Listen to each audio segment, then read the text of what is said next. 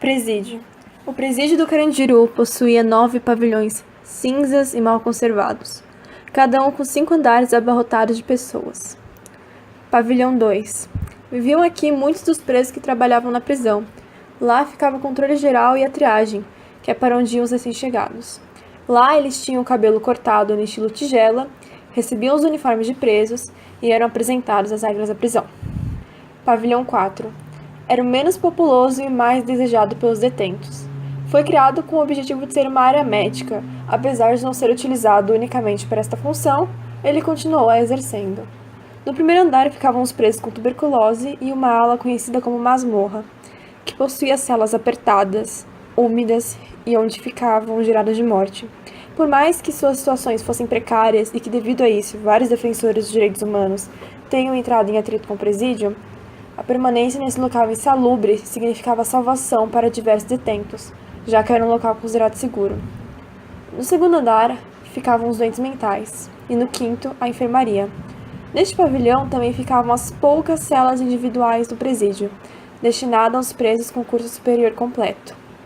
Pavilhão 5. Era o pavilhão mais populoso e humilde de todos. Seus detentos eram vistos como desprezo até pelos próprios colegas.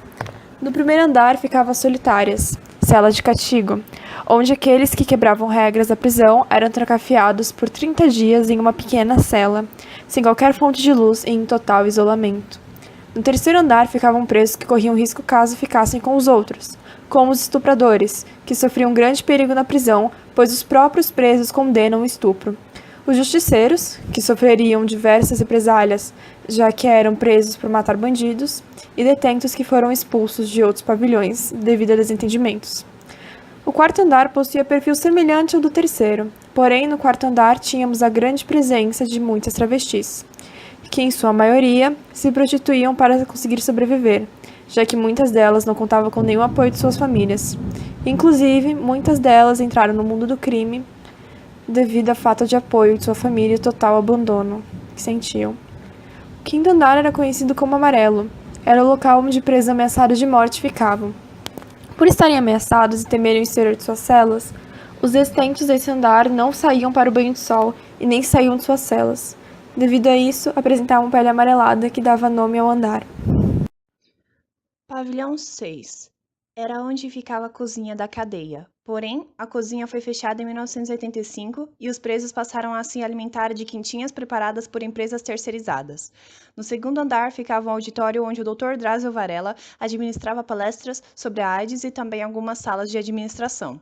No terceiro andar, tínhamos mais salas de administração. No quarto andar, celas comuns. No quinto andar, mais celas comuns e uma área destinada a presos com o mesmo perfil dos presos do Amarelo, devido à superlotação do pavilhão 5. Pavilhão 7.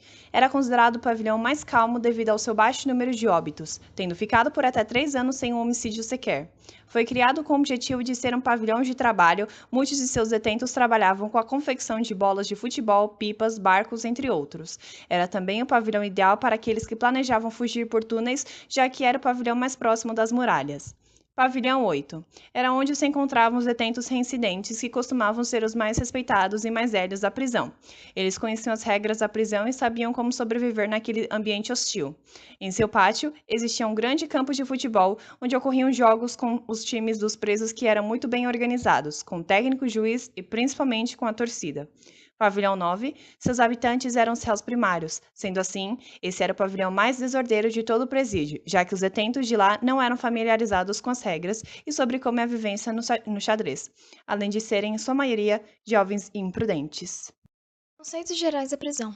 O BAC. O uso de drogas era extremamente comum no complexo do Carandiru. O entorpecente mais popular era a cocaína. Essa podia ser aspirada ou injetada na veia. O meio venoso era um favorito devido à rapidez de seus efeitos. Porém, essa prática acabou disseminando ainda mais o vírus do HIV, já que muitas das vezes as seringas eram compartilhadas. Tempos depois, a cocaína foi substituída pelo crack, que é feito a partir da junção de cocaína em forma de pasta com bicarbonato de sódio. Em seguida, a mistura seca se torna uma pedra, que é até 5 vezes mais potente que a cocaína. Laranja e sangue bom. Figuras muito semelhantes, porém opostas. Ambos assumiam a responsabilidade por crimes que não cometeram, porém com uma grande diferença. Os laranjas assumiam a culpa para pagar dívidas de drogas, o que fazia com que eles fossem mal vistos por seus colegas, já que o sangue bom assumia a culpa apenas por querer ajudar um colega, o que fazia com que fosse bem visto. Faxina. Faxina era a espinha dorsal da cadeia. Sua função, além de distribuir as refeições diárias e cuidar da limpeza, era apaziguar conflitos internos entre presidiários. E também ela controlava tudo, seja para o bem, como manter a ordem, ou para o mal, como ajudar em fugas. Quem podia ser da faxina tinha que ter um álibi, pois não podia ser do crime. Também não podia ter sido violentado sem ter matado seus ofensores e nem ser homossexual.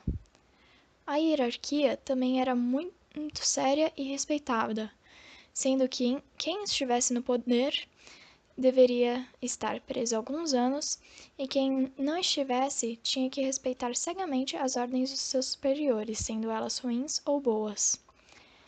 Deve-se citar que os corredores que ficavam apostos das escadas, conhecidos como corredores da Rua 10, que eram usados para acerto de contas e podiam levar à morte. Este era um local propício para isto, pois era um difícil acesso para os encarcereiros. Quando chegavam lá, já tinham perdido a pista dos envolvidos, que eram avisados por olheiros. Uma relação que pode ser estabelecida entre a realidade do Carandiru e o sociólogo escolhido, Florestan Fernandes, é que, segundo o conceito de democracia racial do último, demonstra que essa propalada não passa, infelizmente, de um mito social. É um mito criado pela maioria e tendo em vista os interesses sociais e os valores morais da maioria. Ele não ajuda o branco no sentido de obrigá-lo a diminuir as formas existentes de resistência à ascensão social do negro, nem ajuda o último a tomar consciência realista da situação e lutar para modificá-la, de modo a converter a tolerância racial existente em um fator favorável a seu êxito como pessoa e como membro de um estoque racial. Florestan Fernandes diz que a discriminação que se pratica no Brasil é parte da herança social da sociedade escravista. No mundo em que o negro e o branco se relacionavam como o escravo-senhor, este último tinha prerrogativas que aquele não possuía. No entanto, na realidade paralela a essa, dentro do Carandiru, esse conceito ou sistema de democracia racial, segundo Florestan Fernandes, não funciona. Lá dentro do presídio, todos eram iguais perante a cor e origem.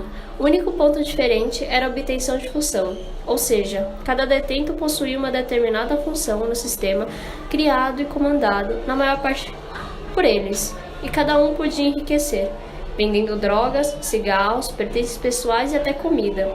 Assim, a única forma de desigualdade e diferença entre eles era possuir a moeda preciosa deles para trocas e vendas posteriormente. Absolutamente todos eram considerados e se consideravam iguais pelos guardas e PMs e entre si, a partir da entrada de cada um no Carandiru.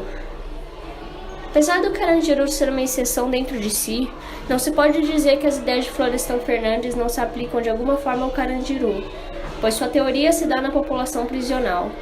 De acordo com o mapa do encarceramento do Ministério dos Direitos Humanos, havia aproximadamente 30% a mais de negros presos em relação aos brancos em 2005.